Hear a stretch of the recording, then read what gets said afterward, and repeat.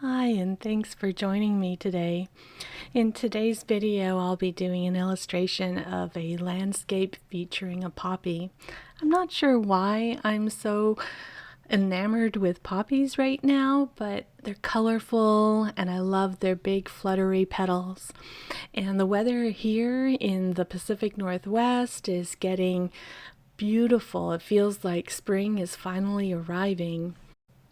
When I start to think of an idea for an illustration, I will sometimes draw it out in a sketchbook, or I'll even just start it right on the watercolor paper, but I don't do that too often because I don't like to erase lines as it can damage the paper.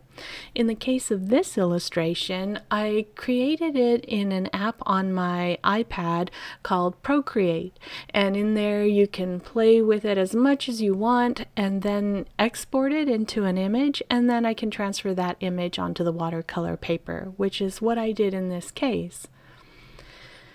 I am using M. Graham watercolors and also Masha's watercolors throughout this entire piece. I haven't listed the colors throughout. It's a little hard for me to keep track of as I work rather quickly, and I don't even really think about what colors I'm going to go with. I just have a general idea for a scheme, a color scheme throughout the whole piece when I start it.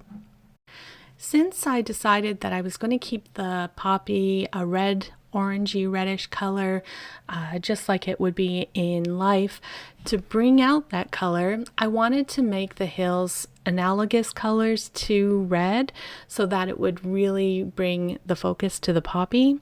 So that meant one hill needed to be purple and the other hill needed to be orange. And that helped to decide a little bit on my color scheme. But beyond that, the colors are going to be whatever I feel like in the moment. I do try to keep it consistent throughout the painting. If I pick one color for one bush, I'll try and make sure that a couple other bushes or trees or maybe the roof of the house matches with it. I don't want to have too many colors because then it just becomes a color explosion, which isn't all that pretty in the end. However, the joy of working on a small scale like this is I don't lose a whole lot of time. If I really make some bad choices and I hate what I've created, I can just toss it away and start over again. And I know that might make some people cringe a little. It does seem harsh to throw it away. I don't do that very often. I will try and work with happy accidents and incorporate them into my piece. Or I might reuse the watercolor piece for something else in the future. It's sometimes hard to part with it if I've done a lot of work already in it. If you're an artist that is watching this, I would love to hear in the comments your thoughts on what do you do when you're on a piece that's not going the way you want? What do you do with it?